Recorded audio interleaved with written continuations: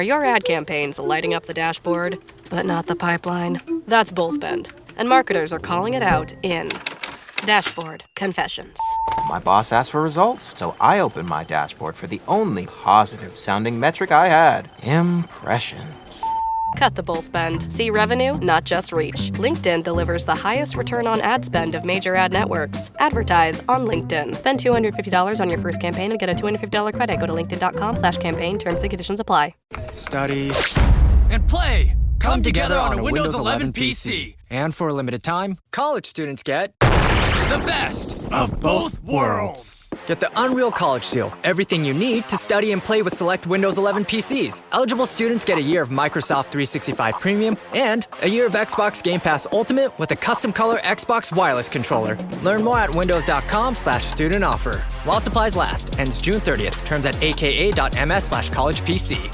Hello and welcome to I Talk to Ghosts. I'm your host, Jennifer, and I welcome you tonight into my spirit parlor. Come on in, the candles are lit, and the tea is brewing. This evening, I want to follow up on a conversation we had not too long ago in an episode about when spirit or your intuition goes quiet. In that episode, we talked about the silence, the moment when connection feels distant, when intuition seems to dampen or leave you completely, and when you start wondering if you've lost something. But tonight is going to be about the other side of that experience. Sometimes spirit doesn't go quiet at all. Sometimes all the signals get really loud, too loud. Instead of feeling supported by your connection, you start feeling overwhelmed by it. And then there's this unspoken idea in a lot of spiritual spaces that more connection is always better. More signs, more messages and synchronicities, more insight and flow. That can feel exciting and affirming, like you finally have tuned in. But there comes a point where you might notice that instead of feeling connected, you're feeling anxious. Instead of feeling open, you feel on edge. Instead of trusting your intuition, you feel pressure to interpret every thought, every dream, every license plate, every passing sensation. I know personally, this is something that I have struggled with on days where I have a spirit reading. Sometimes on those days, spirit comes in so loud, and when the energy hits my nervous system, it makes my brain think that I'm anxious and stressed. And I feel very jittery and untethered.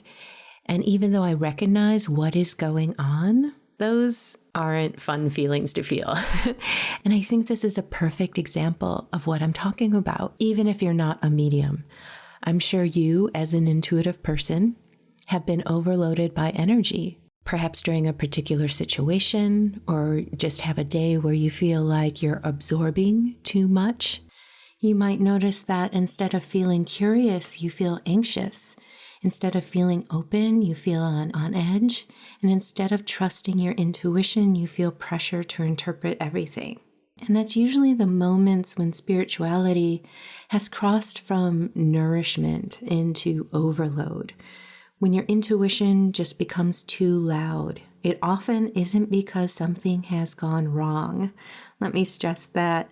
It's usually because you've been very open for a long time.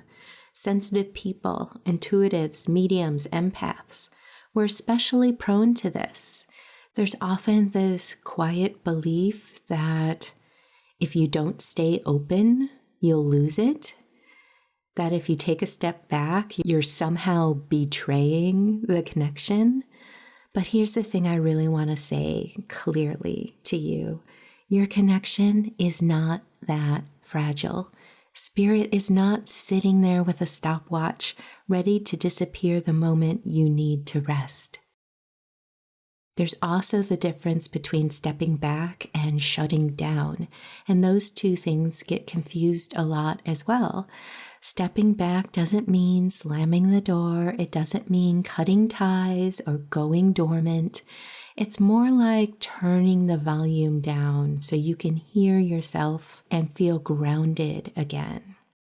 Sometimes that looks like letting a sign pass by without dissecting it. Sometimes it's choosing not to sit in meditation for a while. Sometimes it's grounding so deeply into the physical world that you can stop scanning the unseen altogether for a little while. And that's okay. It's completely okay to take a break. If you've been following this podcast for a while, you may recall that I had a lengthy hiatus recently. I think it was almost 6 months where I wasn't offering spirit readings. And during that time, I did a lot of self-reflection work, a lot of self-care to fortify myself on the inside, since I wasn't able to offer readings or fully plug in to my connection. And I have since opened up my readings calendar and have done multiple readings since. And let me reassure you, that belief that you're going to be rusty or that you'd have to climb your way back to where you were, that just isn't the case. You never lose your experience. You've gained that over time and by action and doing. I was surprised and delighted that when I sat down to go through my motions of opening the space for my sitter beforehand and sitting in the space where I do spirit readings, it was a comfort to me, like a familiar friend. And I think we can slip back into the spaces that we're familiar with quite readily. So when you need a break, whether it's you just need to focus on other things right now, or you feel overstimulated and need some quiet time, just don't be fearful that you need to start over and that you've lost what you've already accomplished and fine-tuned and worked on. We're not a computer that we wipe and start over again. That's not how this human experience works. So reassure yourself of that and give yourself the comfort that it will be okay. It's much better to take a break than to force it and create burnout or other distortion. None of that means you're losing your spirituality. It means you're integrating your material human life into your spiritual existence. One of the biggest clues that your spirituality has gotten too loud is listening to your body. Your body always knows before the mind admits it. You might feel wired but exhausted at the same time, tense for no obvious reason, or perhaps feeling disconnected from things that usually bring you joy, or disconnected from rest, from being fully present in your own life. Spirit doesn't exist separately from your nervous system. They're in conversation with each other all the time. So stepping back often doesn't start with some big spiritual decision.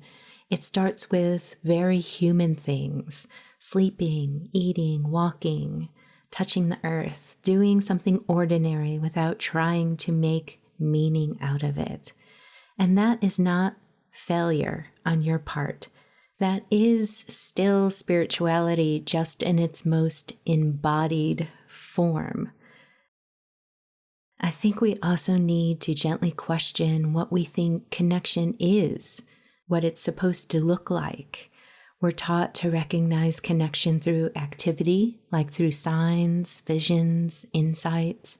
But some of the deepest connection doesn't look like anything at all. It could present itself as peace, neutrality, being fully present without needing confirmation. And silence doesn't mean absence, and neither does simplicity. Sometimes the connection is strongest when nothing is asking anything of you. So if your spiritual side is feeling loud for you lately, it could be helpful to stop asking why and instead ask for something softer. What is your spirituality asking of you right now? And often the answer isn't more. It's be slower, quieter, set boundaries, come back into your body and your life. Again, stepping back isn't quitting. It is a very wise and in-tuned situation to realize and then to act upon. Just like we talked about when spirit goes quiet, connection just doesn't disappear. It just changes form. There is no outside unseen force punishing you for resting. Your intuition doesn't vanish when you live your life. It doesn't require constant attention in order to stay validated and real. Your connection breathes with you. So tonight, if you're feeling overwhelmed, overstimulated, or spiritually exhausted, let this be your permission to turn down the volume a little bit.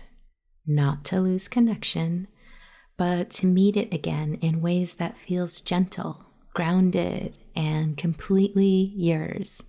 So here are a few simple things you can do when you're feeling like your spiritual gifts are just too loud at the moment.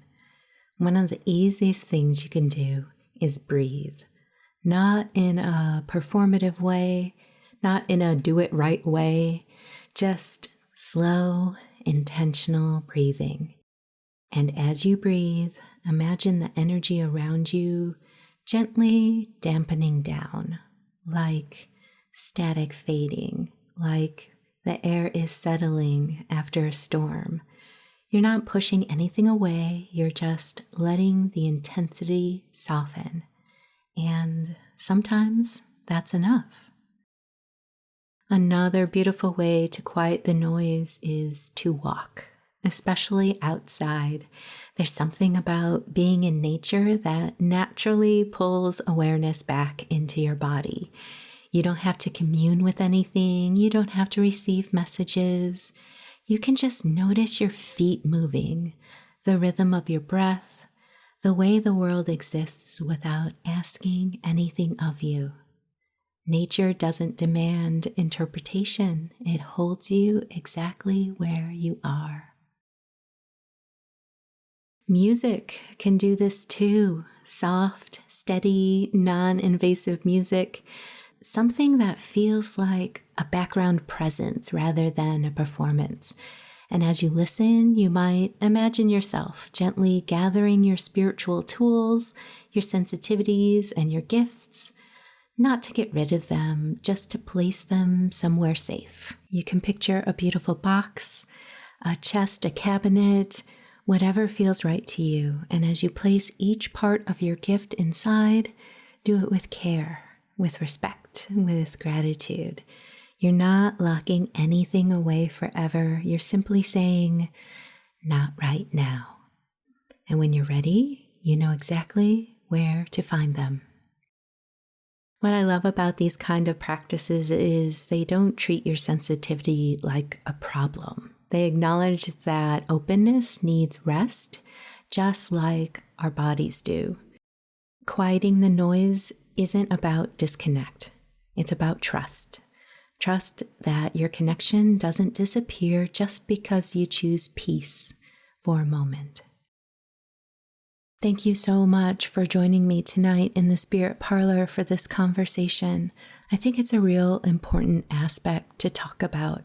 Do you have particular rituals that you do when you're feeling overwhelmed by your spirituality and the information and sensations that are coming in? If so, I would love to hear about it, so please leave a comment.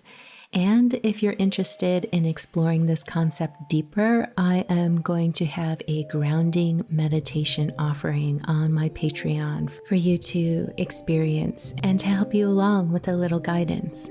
Support the podcast and have access to all my meditation offerings by visiting patreon.com/italktoghosts. In the meantime, I wish you a gentle and quiet and relaxing evening, and I hope you visit me again soon. Take care.